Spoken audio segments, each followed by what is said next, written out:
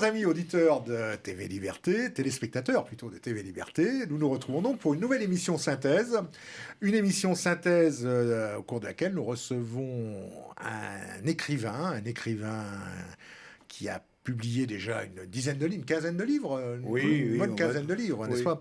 Un écrivain connu dans les milieux non conformistes, puisqu'il s'agit de Jean-Claude Rollinat. Mais plus qu'un écrivain, c'est un grand voyageur, surtout. Oui, et puis accessoirement, je tiens une toute petite chronique sur Radio Liberté. Bonjour, chers amis. Parce que, tout à fait, sa chronique qui s'appelle « Et pourtant elle tourne », Et pourtant on peut écouter une fois par semaine. Oui, chaque vendredi. Alors, je disais que Jean-Claude Rollinat est un grand voyageur, parce que ce qu'il faut savoir, c'est que, ça fait quoi 30 ans qu'on se connaît, 40 ans, Jean-Claude. Oui, vous êtes Alors, il y a 30 ans. Chez Jean-Claude Rollinat, quand on va chez lui, il y a... de temps en temps, il change de machine à laver la vaisselle, il change une décoration quelque part. Mais il y a une chose qui change, qui bouge à chaque fois qu'on va chez lui, c'est sa carte dans son bureau. Il a une carte du monde sur laquelle il y a des points rouges et des points bleus. Oui. Alors, les points bleus, c'est les pays qu'il a visités. Les points rouges, c'est ceux qu'il n'a pas encore visités. Alors, depuis que je le connais, je vois que les points bleus sont de plus en plus nombreux, les points rouges de moins en moins nombreux, ce qui veut dire qu'il voyage beaucoup. Tout ça pour dire que lorsque Jean-Claude Rollinat écrit un livre, il sait de quoi il parle, parce que généralement, il est allé sur place. Il va sur place. Alors, donc, nous avons mon ami et confrère, Philippe Randa. Bonjour Philippe. Bonjour Jean-Claude Rollinat et bonjour chers téléspectateurs. Et il y aura une surprise, on a une bonne surprise aujourd'hui. C'est on a une mauvaise et une bonne surprise. La mauvaise surprise, c'est que Philippe Randa, c'est rare, ça commence. Oui, c'est mon fils qui s'appelle comme ça. Philippe Randa nous quittera en milieu d'émission pour laisser la place à qui ? Vous le devinez, à celui que nous attendons depuis 6 mois. Ne me dites pas que c'est le professeur qui revient. C'est le professeur qui revient. Alors je lui laisse ma place avec plaisir. Le professeur est libre aujourd'hui.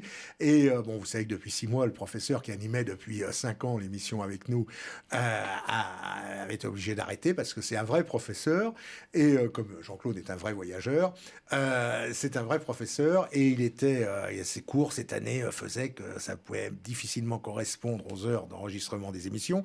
Mais il y a eu quelques petits changements dans son emploi du temps à l'école et on va l'avoir un petit peu plus souvent. Donc, comme nous sommes obligés d'être 3 dans le studio, alors d'habitude on était 4 ou 5, mais là on est 3 pour les raisons que vous comprendrez, qui ne sont pas évidemment dues à la volonté de l'équipe de Radio de TV Liberté, eh bien on permutera. Donc Philippe laissera sa place au professeur. Oui, et puis on s'est dit que c'était pas l'invité qui allait laisser sa place, forcément. Oui, on le garde, celui on le tient, on va pas le laisser partir comme ça. Et donc l'émission précédente, c'était déjà le cas, et bien ça sera à nouveau le cas, c'était assez pour cette émission. Voilà. Alors, Jean-Claude Rollinat, une quinzaine de livres. Oui. Vous avez visité plus que 15 pays, donc on peut encore écrire vous 130 savez, livres. Il y a 192 pays membres aux Nations Unies. Je n'en ai visité qu'un gros tiers. Et alors, vous avez publié il y a quelques mois aux excellentes éditions du Alpha un livre, un dictionnaire remarquable, parce qu'en fait, vous l'aviez édité il y a longtemps, mais vous l'avez réédité, plus exactement. Oui. Donc, vous l'avez actualisé parce que, hélas, c'est le genre de dictionnaire qu'on est presque obligé d'actualiser très souvent. C'est les dictionnaires des États disparus. Oui. Ou éphémères. Ou éphémères. Éphémères, oui. Éphémères et disparus. Parce que s'ils ont été éphémères, c'est qu'ils ont disparu. Non, mais attendez, c'est pas du tout une erreur. C'est tout à fait volontaire. Vous avez des États disparus importants. Vous avez, par exemple, l'URSS. Vous avez l'Empire austro-hongrois, qui sont quand même, excusez du peu, des gros morceaux et qui ont duré longtemps dans l'histoire. Par contre, vous avez effectivement des États éphémères qui n'ont duré que quelques semaines, voire quelques jours seulement. Et quelques heures même. Oui, mais alors attendez, et alors, ce dictionnaire est entre guillemets enrichi. C'est mon éditeur qui m'a dit on va le ressortir, et j'ai rajouté effectivement quelques nouvelles découvertes que j'ai faites, notamment à l'occasion de la guerre civile en Russie, au moment de l'éclatement de l'empire du tsar. J'ai retrouvé un certain nombre d'États qui se sont autoproclamés, certains étant des États bolcheviques et d'autres au contraire étant des États entre guillemets russes blancs. Voilà. Et puis j'ai retrouvé aussi, je n'y avais pas pensé dans la première édition, cette fameuse république des Asturies, une république socialo-communiste en Espagne en 1934, qui a duré 13 jours et qui a été c'est suffisant. Oui. La République socialiste communiste, c'est 13 jours, c'est largement suffisant. Elle a évidemment, bien entendu, ces gens-là ont commis des excès, et plus que ça même, puisqu'ils ont fusillé des religieux. C'était leur spécialité, on l'a vu, n'est-ce pas, avec les républicains espagnols 2 ans après. Et ça a été réprimé très brutalement par la belle République bourgeoise espagnole. Et à l'époque, c'était le général Franco qui était déjà à la manœuvre. Très bien. Donc ça a été efficace. Qu'il en soit remercié. Bon, donc, vous voyez... Il y a un livre là, dans tous ceux qui sont présentés, qui n'est pas là. C'est le livre que vous avez publié, je crois, aux éditions des Cimes sur Chypre. Oui. Et qu'on peut se procurer notamment à la librairie française à Paris. Oui, tout à fait. Pas que, mais là, entre autres. Alors, bon, on va dire 2 mots sur Chypre. Pas le Chypre un petit peu, c'est intéressant. Oui, c'est d'actualité, parce que, si vous voulez, c'est le seul État de l'Union européenne, j'insiste, le seul État de l'Union européenne dont le territoire est occupé par une armée étrangère, dont le pays frappe à la porte de l'Union européenne, à savoir la Turquie de son Excellence Erdogan, le néo-sultan. Bon, alors, je suis allé dans les deux parties... C'était le cas de l'Irlande il y a quelques décennies. Oui, attendez, c'est un petit peu différent quand même. Hein. On ne va pas évoquer le cas de l'Irlande aujourd'hui. Je suis allé, bien entendu, en Irlande, mais je n'ai rien écrit sur l'Irlande. Je laisse ça à mon ami Sanders, qui, lui, est un Irlandais fanatique d'adoption. Pour en revenir à Chypre, donc il y a un cas, ce cas est scandaleux, et surtout, moi je suis allé dans les deux parties, dans la République Chypre, la partie grecque, et dans la partie turque. Entre parenthèses, évidemment, dans la partie turque, on est beaucoup plus laxiste sur le plan religieux qu'en Turquie même. Bon, ça, pourquoi ? Parce que ces gens-là ont besoin d'argent, et évidemment, ils ont toléré l'ouverture des casinos, la bière et le whisky coulent à flot dans les bars et les restaurants, et donc il n'y a pas de restriction à l'endroit des touristes. Donc, et d'autre part, rares sont les jeunes filles complètement voilées. J'en ai vu plus en Seine-Saint-Denis que dans la République turque de Chypre du Nord. Voyager, hein. Ceci étant dit, vient d'y avoir des élections, et contrairement au gouvernement turc de Chypre précédent, le nouveau gouvernement est à la botte d'Erdogan et n'est pas du tout partisan de la réunification. Alors, comment justifie-t-il leur occupation ? Parce qu'en occupation, il y a toujours ceux qui occupent justifient d'une manière ou d'une autre. La population majoritairement turque. En juillet 1974, les colonels grecs ont commis la même erreur que les généraux argentins en 82, qui se sont lancés dans la conquête, entre guillemets, des Malouines. Les colonels grecs, n'est-ce pas, cherchaient une issue à la situation intérieure en Grèce, et ils ont dit, on va faire l'énosis. L'énosis, c'est le rattachement de Chypre à la Grèce. Et le gouvernement de Monseigneur Makarios a été renversé par des militaires chypriotes grecs qui ont proclamé un gouvernement voulant réunifier la Grèce et Chypre. Thomas Sampson. Exactement. Thomas Sampson. Mon cher, je vois. J'ai eu l'occasion de le rencontrer. Ah bon, ok. Oui, il y a longtemps. Thomas Sampson, qui avait été l'instigateur du coup d'État. Oui, qui a été un président provisoire. Alors, les Turcs ont débarqué, évidemment, à Kyrenia, un charmant petit port, le Saint-Trope chypriote. Ils ont débarqué 30 000 soldats, chars patons, avions, etc. Et ils ont évidemment écrabouillé la pauvre petite garde nationale chypriote grecque. Et je dois dire que l'armée grecque a voulu venir donner un coup de main. Et ils ont raté leur atterrissage de parachutistes sur la base, sur l'aérodrome de Nicosie, et ça s'est terminé tragiquement, notamment pour quelques parachutistes grecs. Il y a d'ailleurs l'armée grecque est assez redoutable. Elle est redoutable, oui, non, mais c'est une petite armée, certes, mais...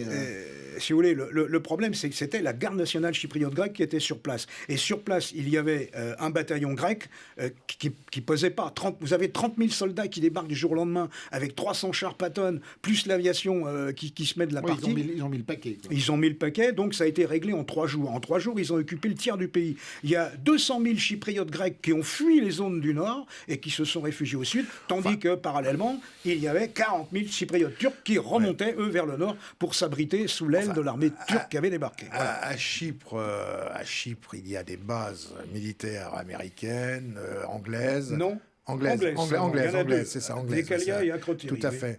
C'est assez impressionnant d'ailleurs, parce que quand on passe dans les bases militaires, on tombe dans un autre monde. On n'est plus dans le monde méditerranéen, on est dans le Sussex. Ce sont des bases de pleine souveraineté. Ils ont tout changé. Et les Anglais, à l'époque, quelle a été leur position, justement ? Ils n'ont rien fait.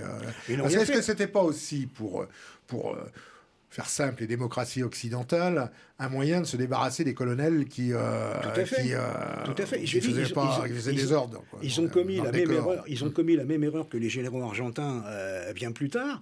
Ils ont cherché une issue héroïque et militaire. Héroïque et militaire, nationaliste, mais un nationalisme exacerbé. Il était trop tard.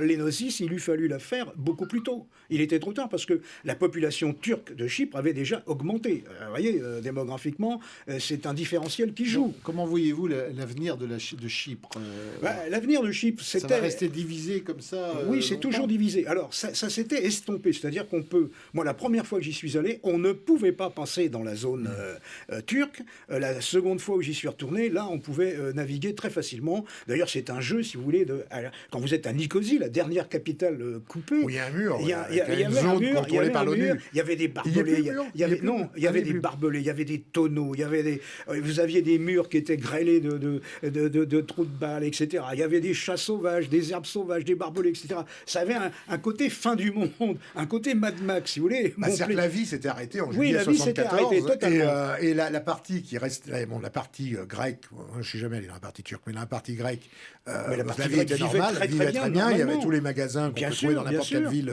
européenne. Et dans la partie turque, qui était de l'autre côté, on la voyait à 150 mètres, 200 mètres un peu figé. On voyait des soldats qui se braquaient toute la journée. Et entre les deux, il y avait une zone qui était restée avec les friches, qui étaient restées, les magasins, il y avait encore terrain vague, avec les enseignes. Tout ça a disparu aujourd'hui, quand même. Alors, il y a encore oui, les miradors sont encore là, mais ils ne sont plus occupés. Bon, il y a des patrouilles des Nations Unies dans cette zone. Il y a un no man's land de plusieurs centaines de kilomètres carrés parce que ça coupe l'île en deux. Ça fait une belle balafre. Et quand j'y étais, moi, c'était un gouvernement turc plutôt libéral. Et il négociait ferme avec le gouvernement de Nicosie, la partie grecque de Nicosie, en vue d'une réunification sur une base bizonale, c'est-à-dire 2 territoires autonomes, les 2 étant fédérés. Et au sommet, il y aurait eu un président grec, un vice-président turc et une alternance. Et uniquement la monnaie. La monnaie, c'est réglé parce que c'est l'euro. Et les Turcs de Chypre, évidemment, souhaitent la réunification avec la partie grecque. Pourquoi ? Parce que ça leur permettrait d'entrer dans l'Union européenne, évidemment, et de briser un petit peu. Oui, non, mais et malheureusement, les dernières élections. Alors, est-ce que l'opinion des Chypriotes turcs a changé ? Aux dernières élections, c'est un président tout à fait AKP compatible, si je puis dire, qui a été élu et qui, alors là, lui veut la reconnaissance. Lui veut la reconnaissance de son entité politique comme étant un État réellement indépendant, séparé de la République de Chypre. Voilà. On en est là. Donc, on revient, si vous voulez, à la case départ. Alors, on peut quand même toujours circuler, quand même. Mais c'est un moyen de pression extraordinaire que les Turcs ont entre leurs mains. Évidemment, parce qu'on peut casser le tourisme. Mais alors, ils peuvent casser leur propre tourisme. Et ce qui est très curieux, vous avez évoqué tout à l'heure les bases anglaises. Il faut savoir qu'énormément de Britanniques ont acheté des villas à des prix défiant toute concurrence, des villas superbes avec piscine, etc. Seulement, sur un plan juridique, ils sont des squatteurs, car ces villas ont été construites sur des terrains qui appartiennent à des Grecs et qui appartiennent notamment à l'église orthodoxe chypriote grecque qui est autocéphale. Voilà. Alors c'est très très compliqué, très compliqué. À court terme, je ne vois plus la solution. En tout cas, Chypre n'a pas disparu, au contraire, ça s'est même dédoublé. Il y a 2 États au lieu. Vous en avez 2 pour le prix d'un. Une Chypre, il y en a 2 maintenant. Il y en a 2, voilà. Ça n'a pas été le cas quand même de tous les États dont vous parlez, donc éphémères ou disparus. Quels sont les États dont vous voudriez nous parler plus précisément ? Qui ont tenu votre intérêt dans cette longue liste ? Parce que c'est quand même une longue liste, c'est un livre de 400 pages, pardon. Oui. C'est énorme. Alors, il y a des États en Afrique, il y en a certains. J'ai le Katanga, par exemple, de Moïse Tshombe, bon, voilà, et puis le Biafra du colonel Ojukwu. Prenons le cas du Katanga, qui a duré quand même 3 ans. En 1960, le Congo belge devient indépendant. Les Belges n'ont pas fait ce qu'il fallait faire pour assurer, si vous voulez, la formation d'un minimum de cadres capables de diriger un pays aussi important. Et vous avez l'Union minière et la Fort-Minière, qui sont des grosses boîtes intéressées par l'exploitation des minerais, et qui voient se pardonnez-moi l'expression, qui voit ce bordel incroyable s'installer au Congo. Il faut se rappeler que les Belges fuyaient parce qu'on faisait la chasse aux Flamands. C'est comme ça que l'idéal des Noirs indépendants, c'était d'avoir la villa du patron et la voiture du patron, voire même la femme du patron. Bon, il y a eu des scènes, si vous voulez, grand guignol, mais enfin tragiques aussi. Et l'ONU a débarqué, évidemment, pour mettre un petit peu d'ordre là-dedans. Mais l'ONU n'a pas mis forcément de l'ordre partout. Et le Katanga de Tchombe marchait bien. C'était une province qui tenait bien. On appelait Tchombe Monsieur Tiroir-Caisse. C'est pas pour rien. Donc Moïse Tchombe, le 11 juillet 1961, proclame l'indépendance du Katanga et se frotte les mains. Et c'est surtout l'Union minière qui se frotte les mains parce qu'elle va tirer plus ou moins les ficelles. Et on va aider Monsieur Tchombe à former une petite armée qui s'appelle la gendarmerie katangaise de 11 000 hommes environ et qui vont donner du fil à retordre. Oui, on appelait ça les gendarmes katangais qui ont été encadrés par des mercenaires. Il faut bien appeler ça les affreux. Vous savez, les fameux affreux. C'est une femme qui les a appelés comme ça parce que quand ils revenaient de la brousse, effectivement, ils étaient hirsutes et sales et on les a appelés les affreux. Et ce sont des mercenaires. Vous avez Bob Denard, le plus célèbre. Il y a eu des Rhodésiens, des Sud-Africains et beaucoup de Belges et beaucoup de Français qui ont servi d'ossature à l'armée katangaise qui a donné, je le dis, beaucoup de fil à retordre au contingent indien et irlandais des Nations Unies et suédois, je les oubliais. Voilà, donc ça a duré 3 ans. Il a été forcément écrasé. Il y a eu une sécession parallèle au sud Kasaï. Là, c'était la Fort-Minière qui soutenait M. Albert Kalonji. Albert Kalonji, au sud Kasaï, s'est autoproclamé Albert Ier, allusion au roi des Belges. Il s'est ceint d'une couronne, et sceptre à la main, peau de léopard. Il se faisait trimballer en chaise à porteur à travers son modeste territoire qui se résumait... Congo, oui, Tintin, mais absolument. Il y a de ça, beaucoup de ça. Il contrôlait un très modeste territoire, à savoir Bakwanga, la capitale, et puis les mines qui sont autour, mais c'est ce qui intéressait la Fort-Minière, après tout, qui a fourni, évidemment, des moyens financiers pour que ce Sud Kasaï tienne le coup. Or, le Sud Kasaï, c'était qui? C'était les Balouba. Les Balouba étaient les ennemis de M. Moïse Tchombe. Balouba qu'on retrouve dans Tintin au Congo. Alors, à Tintin au Congo, c'est pas les Balouba, c'est les Matouvou. C'est les Matouvou. Et les Babaorum. Vous savez, c'est les Babaorum. Les Babaorum et les Matouvou. Mais ça a été été écrit avant. Oh là là, attendez, n'entrons pas sur ce terrain. Vous savez qu'il y a eu une tentative par des Zaïrois, en Belgique même, pour interdire Tintin au Congo. Et en fin de compte, ils ont perdu leur procès, et heureusement, parce que c'est le reflet d'une époque. C'est pas du tout aujourd'hui le regard que nous portons sur l'Afrique et les Africains, c'est le reflet d'une époque. Et bien entendu, l'histoire doit être revisitée, mais elle ne doit être jamais tronqué, sali ou trahi. Voilà. Ni effacé. Dites-moi, là, il y a le Katanga, mais il y a eu aussi dans la région un autre exemple qui est assez intéressant. Ça a été la sécession biafraise. Alors là c'est intéressant et terrible. Oui, c'est une authentique tragédie, d'autant plus que les Biafrais, c'est l'ethnie Ibo. Alors ça, c'est une ethnie, vous êtes pardonné, assez intelligente, de crise chrétienne, si vous voulez, alors que le Nigeria, il faut le savoir, le professeur Lugan dirait ça 100 fois mieux que moi, mais enfin, c'est une fédération artificielle construite par les Britanniques. La moitié, si vous voulez aller pour simplifier, le nord est musulman et le sud est animiste ou chrétien. Et les chrétiens du sud ne supportaient plus, évidemment, la mainmise des tribus du Nord, des ethnies du Nord, les Haoussa, etc. Et donc, le colonel Ojukwu, qui était un militaire de l'armée fédérale nigériane, a proclamé l'indépendance de cette province. Il a fait un petit à côté, au Bénin, mais ça a bien moins marché. Et il y avait beaucoup de pétrole aussi. Voilà. Alors, vous savez, oui. Et De Gaulle, pour tailler des croupières aux Anglais... Aquitaine était présent sur place. Il a soutenu les Biafrais suffisamment pour qu'ils résistent, mais pas assez pour qu'ils puissent gagner in fine. C'est le cas avec les gaullistes. Et nous avons assisté à une alliance contre nature entre les Britanniques et les Soviétiques, qui soutenaient le gouvernement fédéral de Lagos. Aujourd'hui, il a été transféré à Abuja. Et Sir Biafra a résisté pendant 3 ans, jusqu'en 1971. Évidemment, c'était héroïque. Ils se sont battus comme des lions, il faut le reconnaître. Et là aussi, ils ont eu l'aide de mercenaires, notamment Rolf Steiner. Il y a toute une geste qui a été écrite là. Il faut reconnaître que, écoutez, c'est comme... C'était les combats de la dernière chance, ou est-ce qu'ils auraient pu s'ils avaient résister et l'emporter et devenir un vrai pays? Ils pouvaient 13 millions d'habitants. Quand même, excusez du peu, surtout avec le pétrole. Donc, voilà, voilà, vous l'avez dit tout à l'heure, les intérêts français se sont moins bien défendus que les intérêts anglo-saxons et que les soviétiques. C'est là souvent le cas. Alors, il y a eu effectivement, vous savez ce que c'est les chiffres dans les génocides, il faut faire très attention quand on manipule les chiffres des victimes. Donc là, on avance un chiffre énorme d'1 million de morts par famine, etc. Oui, je ne m'avancerai pas sur ce terrain-là, mais enfin, il faut savoir qu'il y a eu énormément, effectivement, d'enfants qui sont morts de malnutrition. D'ailleurs, vous avez encore les images sans doute en tête de tous ces gosses qui avaient le quachior, le ventre gonflé, etc. Et puis toutes les plaisanteries qu'on a fait là-dessus. Bon. Alors, on va pas les énumérer ici, mais on va recentrer un petit peu le débat, parce que l'heure avance. Oui, pardonnez-moi, non, on s'ennuie pas du tout, au contraire. Mais il n'y a pas qu'en Afrique où il y a des pays qui, comme ça, se créent et disparaissent. Alors moi, je dois dire que dans votre livre, il y a une histoire qui m'a toujours fasciné, c'est l'histoire de la SAR.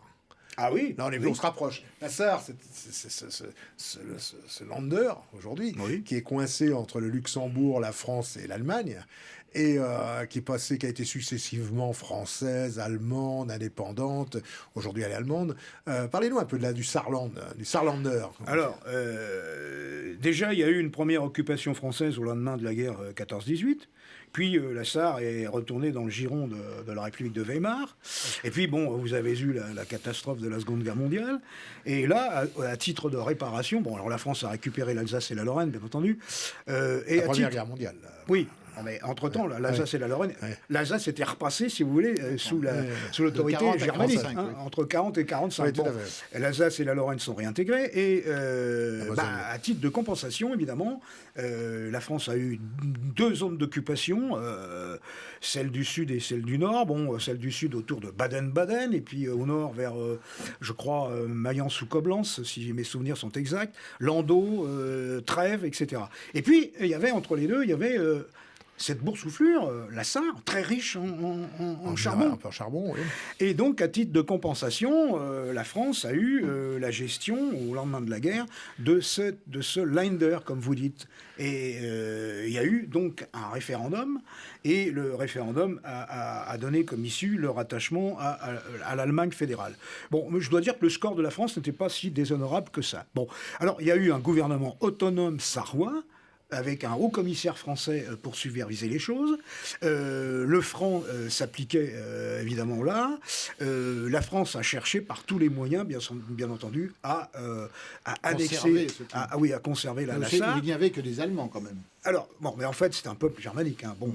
Et alors, vous me direz, les Alsaciens aussi. Mais enfin, les Alsaciens ont une histoire tellement particulière qu'on ne peut pas la rendre similaire. En Alsace, on a au moins une certitude, c'est que les Alsaciens, ils ne sont ni français ni allemands. C'est vrai. Ce côté-ci et ce côté-là du Rhin. Ils sont alsaciens. Moi, j'ai été au Bade-Wurtemberg pendant 16 mois, parce que j'ai été sauver la patrie, n'est-ce pas ? Comme beaucoup de jeunes comme moi. Et effectivement, quand on passe du Bade-Wurtemberg... Il n'y a pas longtemps. Oh, il y a très longtemps. C'est juste avant la fin du service militaire. Oui. Ah non, si c'était vrai. Et donc, si vous voulez, il y a eu une tentative de créer un État sarrois indépendant qui eût été sous la supervision déjà de l'Europe. Donc ça n'a pas marché.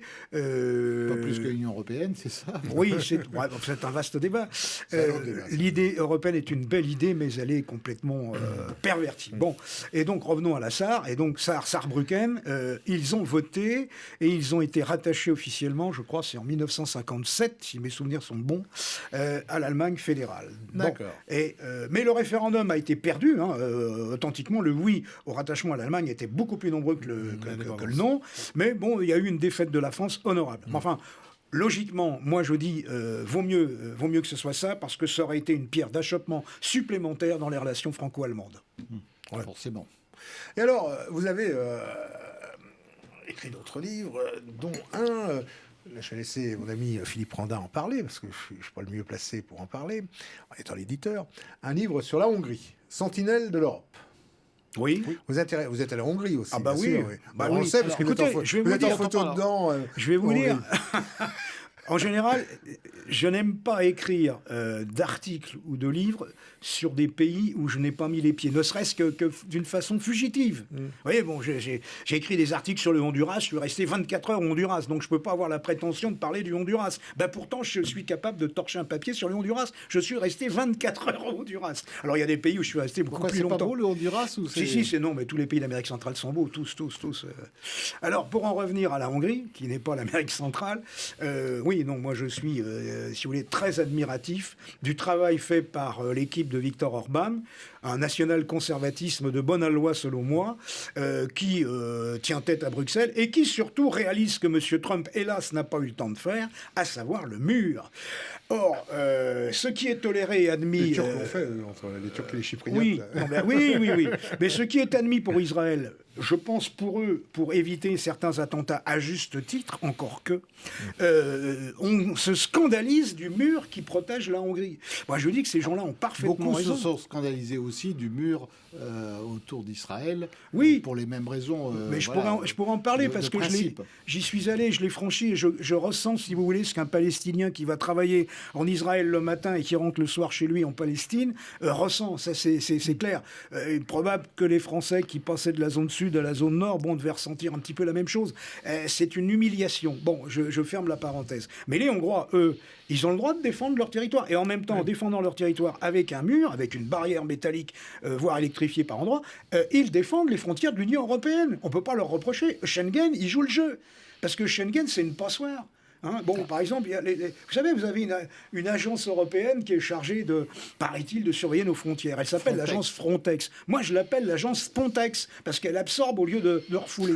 Bon, écoutez... Quel comique, c'est Jean-Claude Rollinat. Ah, mais non, mais... Il faut rappeler quand même une chose que beaucoup ont oubliée, c'est que lorsqu'on a aboli les frontières à l'intérieur des pays de l'Union européenne, oui, il n'était pas question d'abolir les frontières à l'extérieur de l'Europe. Sauf que tous les gouvernements, quels qu'ils soient, se sont dit une économie, plus de douaniers, plus de frontières, plus de gardes-barrières, c'est toujours ça d'économiser, pour les budgets toujours souffrants et voulant toujours faire cette politique de l'économie. Et du coup, ils ont oublié de redéployer les gardes-frontières, les douaniers, autour des frontières naturelles de l'Europe, ce qui était dans l'esprit de l'Union européenne à l'époque une évidence. Mais personne ne l'a fait. Et on a laissé courir ça. Aussi énorme que ça puisse être. Alors, chers amis, il y a, comme je l'ai indiqué en début d'émission, donc nous allons permuter. Philippe Randa va d'abord nous confier sa chronique que l'on retrouve sur le site Euroliberté, le site Synthèse Nationale, dans le quotidien présent. Avant et tout à l'heure, donc, il va être remplacé par le professeur qui revient. Je rappelle que nous sommes obligés d'être 3 dans le studio. Nous ne pouvons pas être plus que 3 dans le studio pour les raisons que vous savez.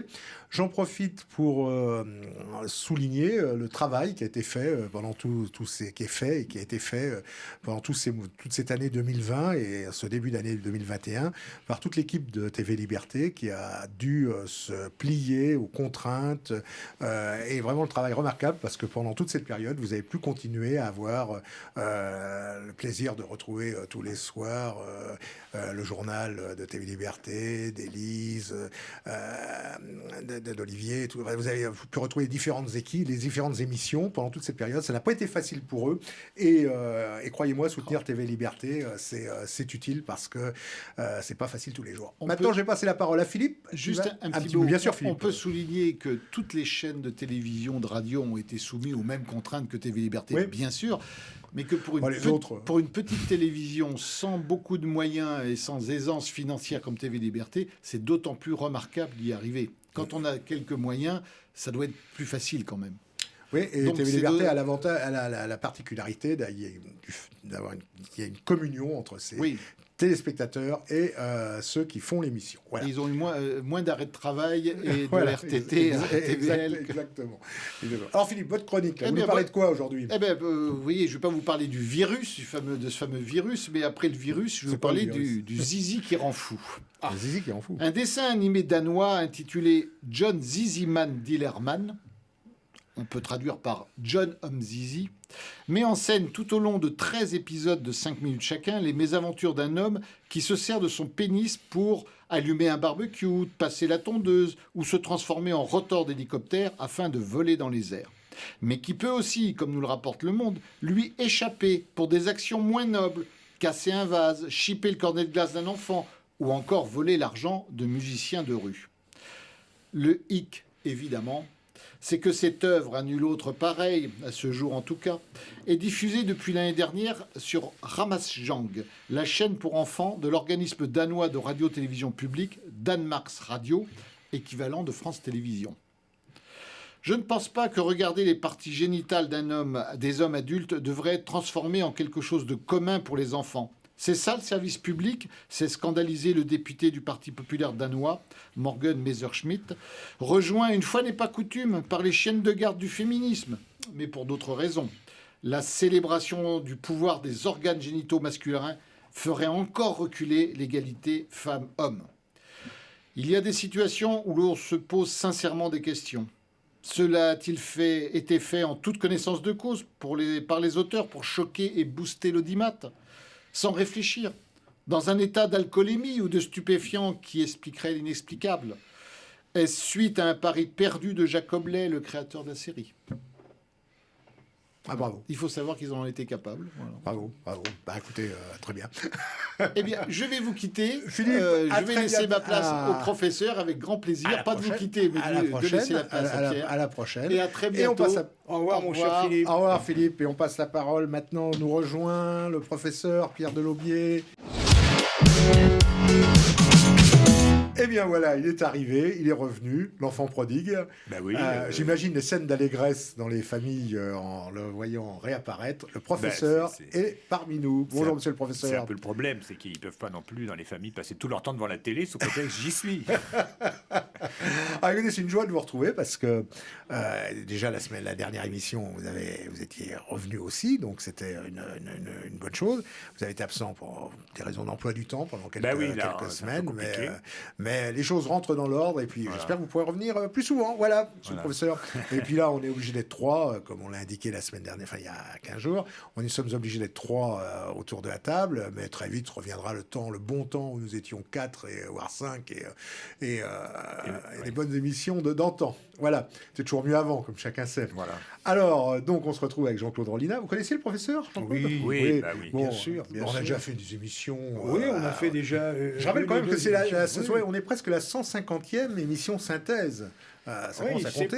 Donc 150e émission synthèse, donc on a eu le temps de voir passer du monde. Hein. Oui, et Jean-Claude est déjà venu nous 2 fois. Vous m'aviez déjà invité, effectivement. C'est toujours un plaisir de vous recevoir. Alors, avec Philippe Randa, tout à l'heure, nous avons parlé de l'Afrique. Oui. Du Katanga. On n'a pas tout dit parce que c'est il y aurait tellement à dire. Du Katanga. On reçoit j'explique au professeur, ça nous remet dans le bain de l'émission. Nous recevons Jean-Claude Rollinat, grand voyageur devant l'éternel, et qui a écrit un certain nombre de livres, depuis une quinzaine, sur ses voyages. Et en particulier, on était sur le dictionnaire des États disparus et éphémères. Voilà. Et on a parlé du Katanga, du Biafra, de la SAR. Ensuite, nous avons parlé de son livre, le dictionnaire édité aux éditions de Alpha. Nous avons ensuite parlé du livre La Hongrie, sentinelle de l'Europe, qui est édité aux éditions de Synthèse Nationale. Voilà. Et maintenant... Et nous avons parlé aussi de Chypre. Et de Chypre, édité aux éditions... L'épine turque dans le talon de l'Europe, qui est édité chez les éditions des Cimes. Des Cimes, que l'on trouve à la librairie française, chez notre ami Jean-Christophe. Et donc, maintenant, on va parler d'un tout autre sujet. Un livre que vous avez édité il y a 7 ou 8 ans, je crois, aux éditions de l'Ancre. Oui, au lendemain d'un voyage que j'avais fait en Argentine. Tout à fait, sur Evita Peron, la reine sans couronne des Descamisatos. Alors, parlez-nous un petit peu d'Evita Peron. Alors, Evita Peron, resituez-la, après tout, c'est vous l'auteur. Écoutez, c'est une femme objectivement exceptionnelle. Elle est morte à l'âge du Christ et elle a traversé l'histoire à la vitesse de la lumière. Voilà une fille qui est issue du peuple. Elle sort de rien. C'est une bâtarde. C'est une fille adultérine. Elle naît dans une lointaine province de Buenos Aires, la Pampa. Argentine. En Argentine, oui, pardon. Et eh bien, elle va atteindre les sommets. Et donc, Comment ? Écoutez, c'est le but de ce livre. Je raconte donc l'histoire de Madame Evita Perón dans le livre édité chez Dualfa. L'encre. Pardon. Oui, pardon. Oui, excusez-moi. C'est pour les gens qui veulent Dualfa, c'était la toute première édition. C'est proche de Dualfa. Si vous voulez, nous avons eu Jeanne d'Arc et les Argentins, ils ont Eva Perón. Alors, qu'est-ce qu'il reste aujourd'hui du souvenir d'Eva Perón ? Il y a un billet de 100 pesos à son effigie. Il y a très souvent des magazines qui sont en kiosque, évidemment, et qui parlent d'elle. Il y a sa fondation, il y a la fondation Evita Perón. Et puis, il y a la tombe d'Eva Perón au cimetière de la Recoleta à Buenos Aires. Et là, je dois dire que c'est pas la peine de demander où elle se trouve. Il y a suffisamment de gens, j'allais dire, qui font la queue. Non, c'est pas vrai. Enfin, dès que vous voyez un rassemblement de quelques personnes, vous êtes certain, c'est bien là. Bon, donc c'est dire que elle est décédée le 26 juillet 1952. C'est dire que 80, 75 ans, enfin je compte mal après, il y a encore, si vous voulez, un engouement, un intérêt pour cette fille issue du peuple qui, je le dis, a atteint quand même les sommets. Alors, par quelles étapes ? Alors, il y a les mauvaises langues qui vous disent c'est une fille de mauvaise vie, et d'autres qui disent non, mais pas du tout, c'est d'arrache-pied, c'est par son travail, son courage, etc. Bon, alors évidemment, ce destin, il est quand même le fruit d'une volonté. Elle voulait absolument se sortir de son bled de province. Elle commençait déjà à faire du théâtre. Sa condition. Pardon, il fallait monter à Buenos Aires. Alors, elle a eu la chance, le hasard peut-être, qu'une troupe de comédiens vienne dans le patelin où elle habitait, et elle s'est fait remarquer, et sa mère a tout fait pour que l'un des comédiens puisse l'emmener à Buenos Aires. Et elle est partie à Buenos Aires, chaperonnée par son frère qui allait faire son service militaire, et elle a commencé par des petits boulots, et puis de fil en aiguille, de petits rôles, elle est montée, si vous voulez, dans la hiérarchie radiophonique, et elle a eu ses propres émissions. Elle a eu son émission sur radio. Alors il y avait Radio Belgrano, Radio Mitre, etc. Et elle incarnait peut-être un petit coup d'œil, enfin une facétie de dessinée, elle incarnait des rôles de femmes célèbres également, comme justement Marie-Thérèse d'Autriche, Catherine de Russie ou Catherine de Médicis. Vous voyez, elle a interprété des rôles de femmes célèbres. Jamais de personnage français. Je viens de citer Catherine de Médicis, qui bien qu'italienne a quand même joué un rôle considérable. Je faisais cette parenthèse parce que nous avons, lorsque les émissions étaient régulièrement, enfin pouvaient être faites dans des conditions régulières, nous avions chaque semaine l'abominable histoire de France du professeur. Et voilà, c'est pour ça que qu'on n'aura pas malheureusement aujourd'hui. Le problème, c'est que Roland Hélie, si vous voulez, un jour, vous savez ce qui va se passer. Roland Hélie va prendre le pouvoir. C'est un peu son but. Bon. Oui. Et je vais me réveiller. Vous me préviendrez. Mais c'est pas lui qui me préviendra. Un jour, on dira tiens, Roland Hélie a pris le pouvoir et tout ça. Il n'aura pas pensé à me prévenir. Donc, quand il reprend l'émission de radio, il m'appelle la veille. Oui. Vous voyez, genre 11h30. Ta chronique sera prête, pas de problème, je finis de corriger mes dernières copies, je fais ma chronique, je me couche, si je suis pas levé avant, bien sûr. Mais me voilà quand même. Mais vous inquiétez pas, j'ai rien écrit, mais j'ai des choses à dire, comme vous le voyez. Qu'est-ce que vous en pensez, vous, d'Eva Perón et du péronisme et tout ça ? C'est pas des choses que je connais beaucoup, moi. Oui, vous n'êtes pas trop intéressé. Mais quand même, j'ai juste une petite remarque malicieuse, c'est que ça m'étonnerait qu'elle ait joué le rôle de Marie-Thérèse, parce que celui qui a réussi à faire une pièce intéressante sur Marie-Thérèse, il est très très fort, parce que c'est vraiment pas un personnage si vous voulez, qui a marqué l'histoire. C'est radiophonique. C'est radiophonique. Alors, elle n'était pas une actrice remarquable, c'est ce qu'on dit, et elle a rencontré, évidemment, la chance de sa vie, c'est de rencontrer qui ? C'est de rencontrer Juan Perón, son mari. C'est ça. La chance de la vie d'une femme. C'est souvent la chance de la vie d'une femme. L'homme qui montait, bon, si vous voulez. Alors, cette Argentine, elle était gouvernée par les conservateurs pendant de nombreuses années. L'Argentine a profité indirectement de la Seconde Guerre mondiale parce qu'elle était productrice de blé, de viande, de cuir, etc. Donc elle produisait énormément de matières dont on avait besoin. Et l'Argentine sort de la Deuxième Guerre mondiale sans y avoir participé. Si, je crois qu'elle est rentrée en guerre le 7 mai ou 6 mai 45. Mais d'une façon symbolique. Contrairement au Brésil qui a envoyé une division. Bon, peu importe. Les militaires renversent cette succession de gouvernements radicaux puis conservateurs. C'est un petit peu, vous savez, comme chez nous. Ça putschait toutes les semaines. L'alternance entre les républicains et les socialistes, on ne fait plus tellement la différence. Et bien là-bas, c'était un petit peu pareil. Entre Ils ont alterné l'Union civique radicale et le Parti conservateur. Bon, eh bien, les militaires mettent tout le monde d'accord. Mais les militaires étaient partagés en trois tendances. En prison. En trois tendances. Mais tout le monde d'accord en prison. Oui, non, mais les trois tendances étaient les suivantes. Vous aviez une tendance très favorable aux anglo-saxons. Vous aviez une autre tendance très favorable aux puissances de l'Axe. Et vous aviez une autre tendance incarnée par Péronne qui, lui, était neutraliste.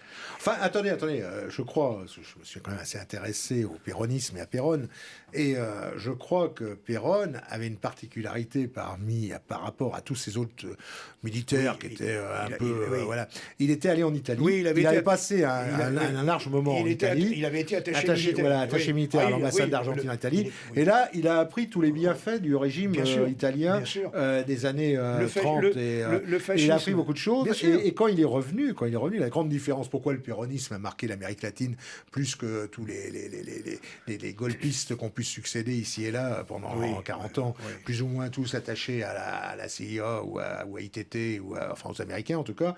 Et la grande différence du péronisme, c'est que le péronisme avait une dimension idéologique. On est contre, ça c'est autre chose, mais il y avait une dimension idéologique acquise justement par le passage de Péronne en Italie, où là, il a appris un peu à connaître un petit peu. C'est une dimension supérieure aux autres, quoi, pour faire simple. Si vous voulez, il a été attaché militaire, et effectivement, il a eu l'occasion d'observer... Avant que Mussolini soit propulsé dans les bras d'Hitler par nos bons amis britanniques, faut quand même le dire. C'était pas du tout l'inclination du régime fasciste au départ, pas du tout. Par les Français. Les Français aussi, oui. Bon, c'est une erreur stratégique monumentale, je ferme la parenthèse. Et donc, oui, mais c'est parce que les Italiens avaient fait un crime affreux, c'est qu'ils avaient voulu coloniser. Jamais la France n'aurait fait ça. Ah ben non, jamais. Oui, c'est l'affaire de l'Éthiopie. Voilà. Ça pourrait faire orientale italienne. Oui, l'Afrique. C'est une des scènes tragiques, en fait, dans ses conséquences, mais assez comiques de la politique internationale de l'entre-deux-guerres. Mais je dis comique dans son déroulement. Mais en fait, ça a été... les conséquences ont été tragiques, comme vous le soulignez. Oui, il y en a un, c'était Laval, qui n'était, lui, justement... C'était Laval qui était partisan de ça. Il était partisan, absolument, d'un rapprochement avec l'Italie, et de ne pas condamner l'Italie dans son expédition en Éthiopie. Alors, pour en revenir... Alors, si vous voulez, le péronisme, vous l'avez très bien dit, mon cher ami... ça a la couleur du fascisme, ça a le goût du fascisme, mais ça n'est pas du fascisme. Ce qu'il y a du fascisme, c'est le culte de la personnalité. Ça, on peut dire qu'il y a une similitude entre l'adoration du Duce, enfin, première période, et, si vous voulez, cette folle, adhésion du peuple argentin à Péronne, et surtout après à elle. À Evita. Alors, le général Péronne, c'est lui qui va emporter le match entre les trois tendances de l'armée, et évidemment, il va se faire élire président de la République, et à côté de lui, sa femme va l'inspirer, va le tirer, je ne peux pas dire à gauche, mais enfin, va l'intirer, si vous voulez, va le tirer vers le social. Dimension sociale. Vers le social, la dimension sociale. Parce qu'en Amérique latine, évidemment, vous l'avez très bien dit, Roland, il y a eu énormément de caudillo, d'opérettes, Alcazar et Tapioca, pour penser à Tintin, puisqu'on a pensé à Tintin tout à l'heure avec l'Afrique. Eh bien, c'est vrai, des caudillo, des chefs de junte militaires qui se succédaient et qui étaient plus ou moins manipulés, bien entendu, par les États-Unis, ou qui défendaient les intérêts d'une oligarchie. Ça a été une succession constante. Alors, il y a eu quand même quelques exceptions en Amérique latine, et d'ailleurs des imitations de Péronne. Vous avez eu la même chose au Brésil avec Getúlio Vargas. Vous avez eu plusieurs tentatives en Bolivie. Vous avez eu aussi une tentative au Chili. Mais il y a eu aussi en Colombie. Mais il y a toujours des imitations. Je vais vous provoquer là un petit peu, mon cher Jean-Claude, mais certains diront même que quelque part, peut-être d'une manière un petit peu lointaine, Hugo Chavez et Nicolas Maduro font partie de cette tradition. Bon, alors Hugo Chavez est je fais exprès pour vous taquiner, pour vous provoquer, pour taquiner. Péronne, si vous voulez, c'est un populiste, disons, plutôt de droite. Oui. Chavez, c'est un populiste plutôt de gauche. Oui. Voilà, bon. Mais il y a quand même un bilan extraordinaire du péronisme. Alors, on a dit, oui, mais la folie des grandeurs. Mais oui, Péron avait la folie des grandeurs comme De Gaulle l'avait pour la France. De Gaulle, après avoir largué dans les conditions honteuses que nous connaissons l'Algérie, il y a eu le paquebot France, il y a eu le Concorde, il y a eu une volonté, vrai, un petit peu, désespérée parce qu'on n'était pas à la hauteur. Mais Péron, c'est pareil. Il veut une Argentine indépendante. Il veut une aviation moderne. Il achète des avions à réaction, etc., etc. Et puis sa femme, elle, par contre, c'est le pilier social de son régime. Alors, le droit des femmes, le salaire minimum, ce qui n'existait pas, les congés payés, qui n'existaient pas, des foyers pour les vieux travailleurs, ça c'est elle, des foyers pour les filles mères, parce que, elle savait ce que c'était, sa mère était dans cette condition, puisque c'était une jeune fille adultérine. Et donc, vous voyez, c'était l'opprobre, attention, le catholicisme, la bonne bourgeoisie, mon Dieu, quelle horreur. Et donc, elle crée tout ça. Des foyers pour les orphelins. Bon, vous voyez, puis alors... La reine sans couronne. La reine sans couronne, elle était adorée. Les Descamisados, comme chacun sait, ce sont les sans-chemises. Alors, les sans-chemises, c'est une anecdote. C'est un jour particulièrement chaud sur la grande place de Mai, où il y a la Casa Rosada, le palais présidentiel. Donc, Péron, sa femme et tous les hiérarques du parti étaient là. Ils haranguaient la foule crevait de chaud, etc. Et donc, les hommes tombaient la veste. Donc, on a dit les sans-chemises. Les Descamisados. Voilà, ça vient de là, tout simplement. Mais il y a aussi l'image des sans-chemises, des pauvres types qui n'ont même pas les moyens de se payer une chemise. Vous avez une fois de plus, je vais peut-être vous taquiner ou peut-être même choquer certains de nos téléspectateurs, mais pour une fois, je vais faire l'apologie d'un film américain. C'est rare. Je vous vois venir. La comédie musicale Evita avec Madonna, qui est sortie il y a une vingtaine d'années maintenant, peut-être. C'était dans les années 95, 96. Oui. Moi, j'ai trouvé remarquable. Oui. J'ai eu l'occasion de le revoir plusieurs fois d'ailleurs, et qui raconte, alors qui est plus à la gloire d'Evita Peron que de Juan Perón, certes, mais qui remet bien dans l'esprit de. Et alors Madonna. On pourrait dire beaucoup de choses par ailleurs. C'est pas ma tasse de thé. Non, mais c'est ok, on est tout à fait d'accord. Lorsque il y a eu le projet de film qui a été public, évidemment, la vieille garde péroniste tout de suite a dit il n'est pas question que cette Péronnelle joue le rôle de la sainte nationale.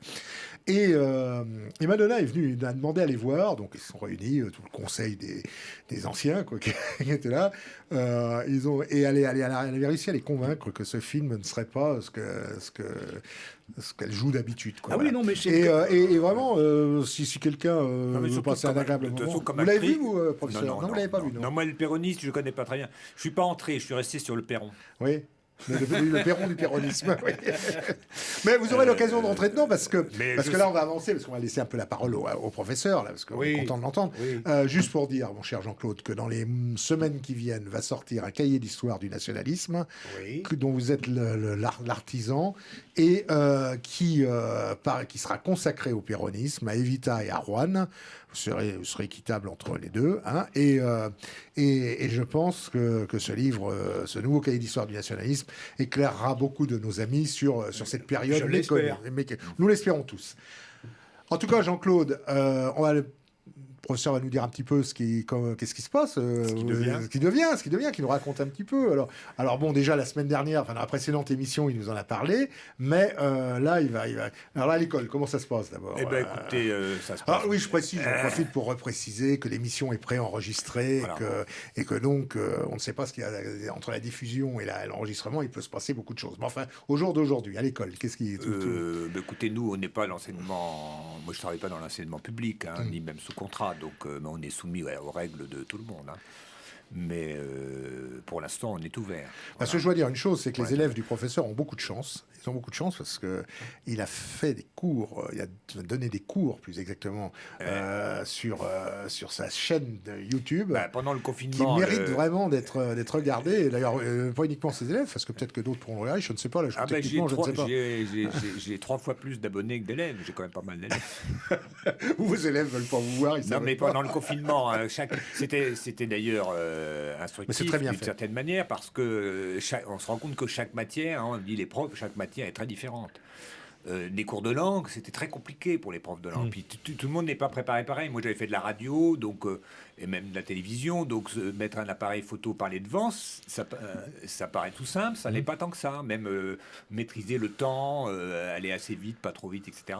Donc tout le monde a été, on a pu s'entraider quand même un petit peu, mais selon les matières, évidemment, les données sont tout à fait différentes. Et en histoire, je me disais, si j'envoie des polycopiés à mes élèves, je dis, ils vont pas les lire. Ça n'a aucun sens. Il y a il faut expliquer, ou alors il faut que je fasse des polycopiés de 8 pages. Des tas de choses que vous expliquez comme ça intuitivement, vous leur faites des petits mimes et tout ça. Donc j'ai fait des vidéos. Et donc après la sortie des classes, là, cet été, donc j'ai recommencé la série pour être un petit peu plus concis. Avec une installation un petit peu plus perfectionnée et qui me permet aussi de tourner la nuit pour j'ai amélioré les choses. Et là, j'ai dépassé 200. J'avais fait 95 vidéos pendant le confinement et depuis la rentrée, j'en ai mis en ligne à peu près 110. D'accord. Et alors, vous leur parlez de l'abominable histoire de France ? Non, je parle de l'estimable histoire de France, mais je laisse entendre qu'elle n'était pas... Parce que l'abominable histoire de France, j'en profite pour le rappeler, nous pouvons la retrouver quand même, tout n'est pas perdu, dans la remarquable revue de notre ami... D'abord, elle existe sur mon site. Oui, surtout sur votre site. Oui. Pierre Delaubier, monsite.com. Moi, comme moteur de recherche, Pierre on trouve ça facilement. Il y a tous les numéros. Je ne sais plus trop où j'en suis. On était en plein milieu de la Révolution. On a été coupé. Ouais. Et puis... on reprendra. Et puis... voilà, ça a été... Et puis sur la revue... Et puis dans la revue d'histoire européenne... Non, elle n'est pas nouvelle. La revue d'histoire européenne. Ah oui. Que l'on trouve dans tous les kiosques. Elle fait la dernière page de la revue d'histoire européenne. D'accord. Et des morceaux choisis, parce qu'il y avait plus de chroniques radio que de numéros de la... Voilà, donc en lisant la revue d'histoire européenne... La revue d'histoire européenne va paraître de plus en plus. Si on est confiné, on fera une émission tous les 6 mois, donc finalement on va être synchrone. C'est une excellente revue, parce que... Oui, d'autant plus qu'il y avait un article de votre serviteur. Donc voilà. Ah bon? Ah oui, mais oui, j'ai vu ça dans le dernier numéro. Il y a un article de vous sur le dictionnaire. Ah oui, partout. C'est notre ami Guillaume Fiquet qui me fait oui, Guillaume, que nous avons reçu ici lors d'une émission, Guillaume Fiquet, il y a quelques mois, il y a un an maintenant. C'est équilibré, je trouve, comme des sujets très fouillés. La bataille de Saint-Quentin, ça nous fait penser à... Il y a des sujets généraux, ils se veulent un peu les héritiers de la nouvelle revue d'histoire. Voilà. C'est tout à fait dans la mais même il y a quand même... c'est pas la copie conforme, c'est le même esprit, la même qualité. Mais je trouve que l'esprit, il s'appelle de cinéma aussi, il y a des chouettes films sur les... C'est un bon équilibre, je trouve. Alors, le moment de conclure est arrivé. Jean-Claude, merci.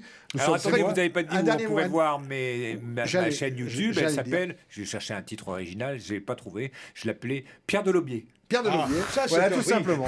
Donc, c'était pour pouvoir m'en souvenir moi-même. Ah, oui. Mais oui, parce qu'avec ces mots de passe, je me suis dit celui-là, je ne l'oublierai pas.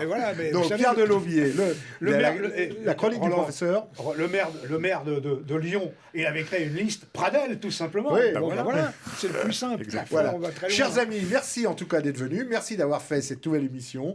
Et nous nous retrouverons dans 15 jours avec un autre invité. Voilà. Et j'espère, professeur, que vous serez à nouveau des nôtres. Et ce sera Jean-Claude Rolina, parce qu'il va publier un livre entre-temps. Au revoir.